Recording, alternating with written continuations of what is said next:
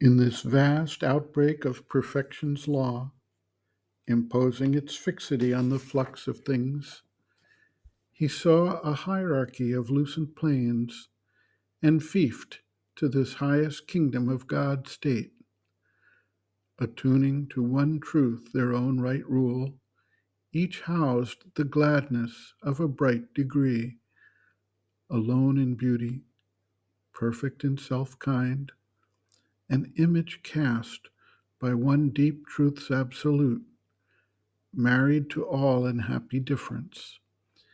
Each gave its powers to help its neighbor's parts, but suffered no diminution by the gift.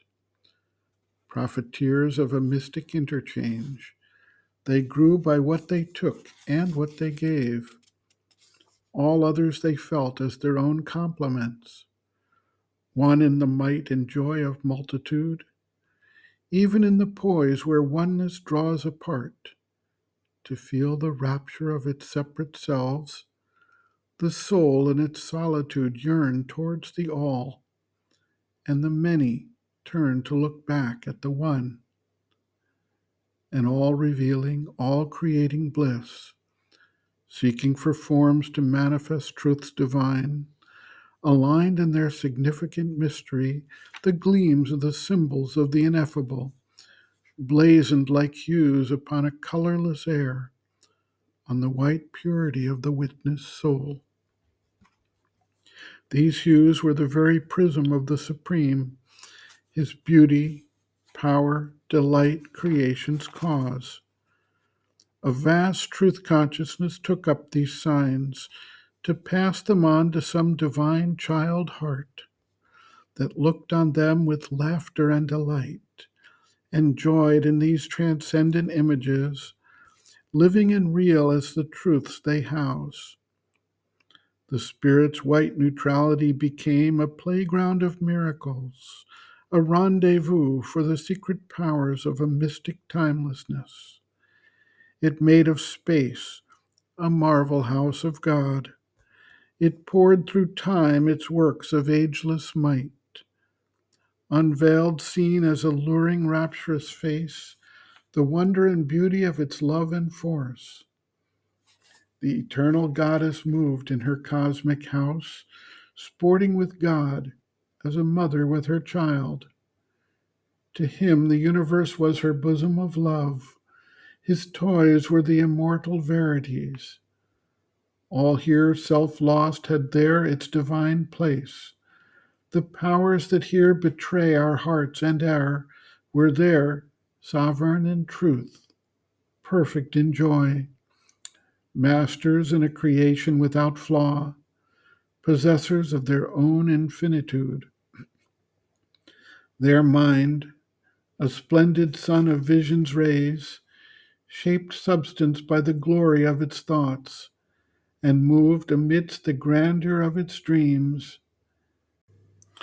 Imagination's great ensorceling rod summoned the unknown and gave to it a home, outspread luxuriantly in golden air, truth's iris-colored wings of fantasy, or sang to the intuitive heart of joy.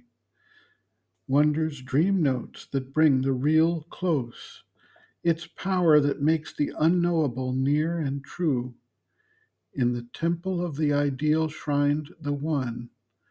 It peopled thought and mind and happy sense, filled with bright aspects of the might of God and living persons of the One Supreme, the speech that voices the ineffable, the ray revealing unseen presences, the virgin forms through which the formless shines, the word that ushers divine experience, and the ideas that crowd the infinite. There was no gulf between the thought and fact. Ever they replied like bird to calling bird. The will obeyed the thought, the act the will. There was a harmony woven twixt soul and soul, a marriage with eternity divinized time. There life pursued, unwearied of her sport, joy in her heart and laughter on her lips, the bright adventure of God's game of chance. In her ingenious ardor of caprice, in her transfiguring mirth, she mapped on time a fascinating puzzle of events, lured at each turn by new vicissitudes to self discovery that could never cease. Ever she framed stark bonds for the will to break, brought new creations for the thought's surprise, and passionate ventures for the heart to dare, where truth recurred with an unexpected face, or else repeated old familiar joy, like the return of a delightful rhyme. At hide and seek on a mother wisdom's breast, an artist teeming with her world idea, she never could exhaust its numberless thoughts, and vast adventure into thinking shapes, and trial and lure of a new living's dreams. Untired of sameness and untired of change, endlessly she unrolled her moving act, a mystery drama of divine delight, a living poem of world ecstasy, a kakemono of significant forms, a coiled perspective of developing scenes, a brilliant chase of self revealing shapes, an ardent hunt of soul looking for soul, a seeking and a finding as of God's. Their matter is the spirit's firm density, an artistry of glad outwardness of self, a treasure house of lasting images, where sense can build a world of pure delight, the home of a perpetual happiness.